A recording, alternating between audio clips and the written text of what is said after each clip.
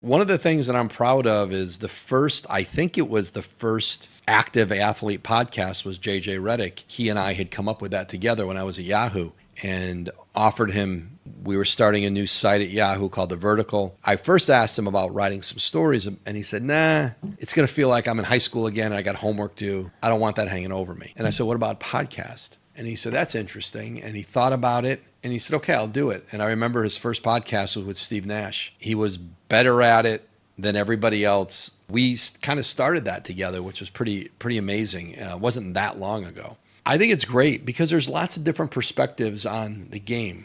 There's a journalist perspective, there's an analytical perspective, there's a player perspective, there's a coach perspective, and not every podcast is for every listener. But I think there's an audience out there of people who have a particular interest or like hearing all of those perspectives. Somebody like Zach Lowe, who was one of the first sports writers who really kind of dove into the data, but did it in a very entertaining way and an easy way for people to understand and digest. And there's others, players who have great personalities. What you're doing is you have a different perspective. You played the game, you understand it, you played it in Europe, you played it in the US, you played it in the EuroLeague, you played it in the NBA. And there aren't that many people doing podcasts who have that perspective. You have the trust of people that you've come in contact with. They're going to come on. They're going to be open with you. You're seeing players, current players, ex-players doing it. I think it's great. I think there's enough to go around. I hate when it's like we all don't have to be the same. That's what makes it great. Everybody comes at it a little differently. And the way you're going to do it isn't the way I'm going to do it. The way I'm going to do it isn't the way you're going to do it. And that's good.